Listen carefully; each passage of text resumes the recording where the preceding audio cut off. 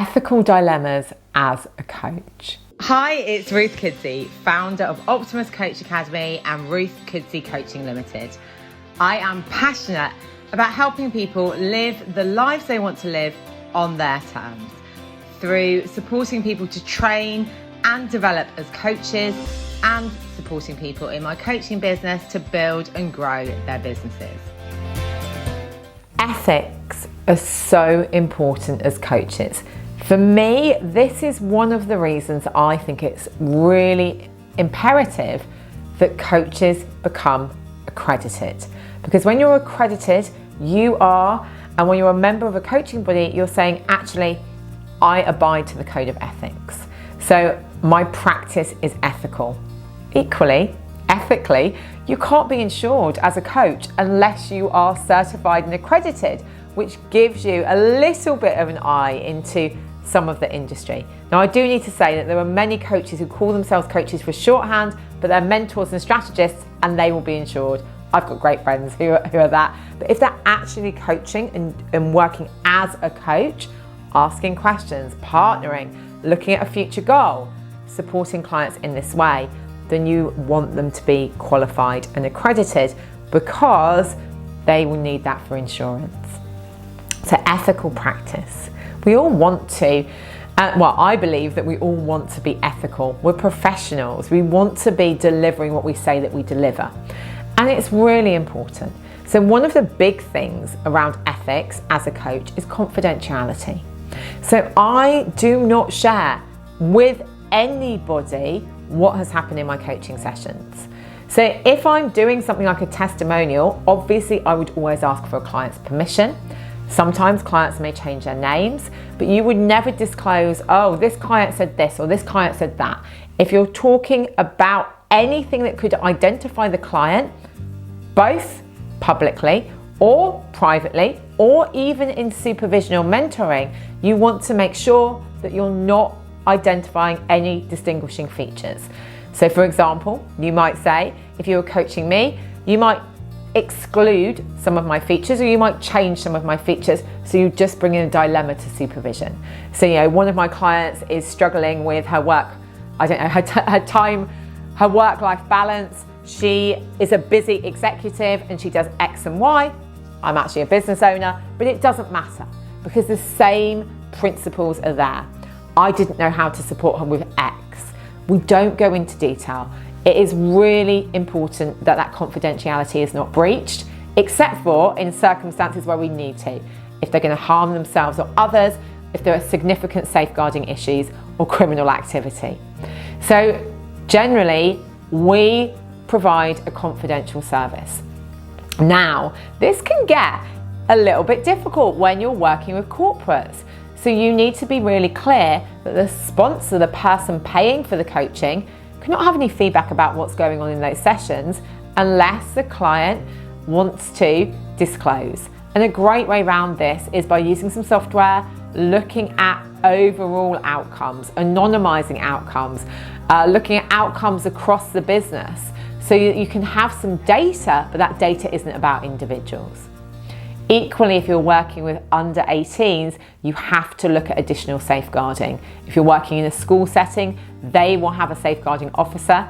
If you're working outside schools, I would recommend that you do safeguarding training and you ensure that you safeguard yourself as a coach as well as your clients. So confidentiality. And again, I would explicitly put this in my contracts because part of ethics is about contracting. It's about being really clear about what the service is and what they will get. And as a coach, you cannot guarantee. Yes, some of my clients have made a lot of money. Some of them have changed their lives. Some of them have done all of these things. I cannot guarantee. If a coach writes a guarantee, that is unethical because there's no way that you can guarantee a result. You can support people and you can give people a great service, but ultimately it's down to the person. So guarantees would be a flag that maybe it's not ethical. What else isn't ethical? Well, professional standards, showing up on time, making sure that you're completely focused on your client, making sure that you can't be overheard, Now, some clients may want to meet in slightly public places. You need to make sure that this is okay with your client. Think about your client's context. Think about your client's environment as well. So making sure that you are always safeguarding that client, that you're showing up professionally, prepared. You've got everything that you need for the session. And we know tech might not always be our friend, but as much as possible, we've got tech and we've got a backup if we need it. So professional standards, confidentiality, knowing that sometimes you're going to have to end the relationship, and being aware of codependency. So when I hear people who said, I've worked with the same coach for 6 or 7 years and they're a coach, I'm like, that's a red flag to me around ethical practice and codependency. Because as a coach, we want to empower our clients to go off and do the work themselves. It's not a long-term relationship. So think about how you are structuring your renewals with clients. And it might be, and I've had this a lot, that people coach with you and they go away and then they come back years later. And that's amazing, that's lovely. But always be aware, is this still in the client's interest? It's a question that I ask myself in my head in coaching sessions. Is this in the client's interest? And it's a question I'd ask yourself when clients come to renew. Is this in their interest? A number of times I've said to clients, I don't think you should continue to work with me. I think you should work with somebody else. And again, if we as coaches are being triggered in our coaching and we are not able to be non-judgmental, it is professional and ethical to refer the coach to somebody else. Equally, if we feel that the coach needs to have additional support that we can't provide, maybe support around trauma, mental health, again, we refer. So it's really about knowing your boundaries and your limitations as a coach. So I always say, if we get it right in contracting, we're unlikely to have as many problems later on. Of course, any kind of relationship, anything can happen, and we need to put our clients' safety at the heart of what we do. Making sure that we have a clear complaints procedure, that they know where they can go. We have a complaints procedure. If anybody's unhappy, they know where they can go, but making sure that you've got that, making sure that you're taking on feedback. If a client says they want to stop the sessions, acknowledging that, supporting them, always dealing with them with compassion. There's a couple of other things under Code of Ethics that I'm just going to highlight. Obviously, there's a lot more, you can read it all. It's about thinking about multiple contracts with one person. So I've delved into this actually because we do affiliate and partner programs, and also some of our trainers and mentors are approached by our clients to coach them. So what we say is not when they're doing the course, so we're really clear about the boundaries. You know, if I'm coaching somebody and they're also doing the coach training, that's a bit of an unclear boundary. So wait. That's the simplest thing. Refer them to somebody else. Don't have multiple contracts with the same person. Equally, if you're coaching, mentoring, giving people strategy advice, you need to be really clear and boundaried. So for me, a lot of ethical practice is about common sense. Having a supervisor or a mentor, I say if it's a mentor, it needs to be a coach mentor who can support you with making these decisions at times about individual clients is so important.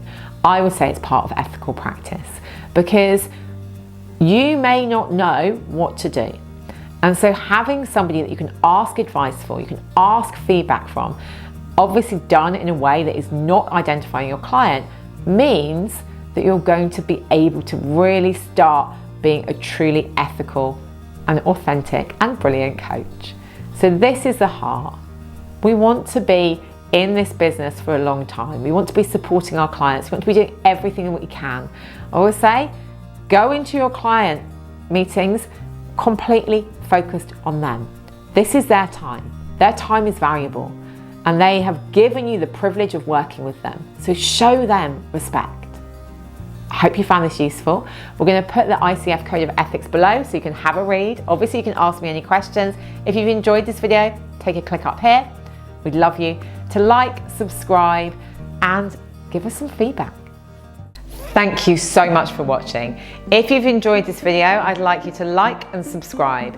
And remember to keep abreast of all of our new videos. Just ring that bell and you'll be notified when any new ones come out. And we'd love to hear feedback from you. So if you'd like to post beneath your biggest takeaway, and equally anything that you'd like to hear me talk about, we're always open to feedback.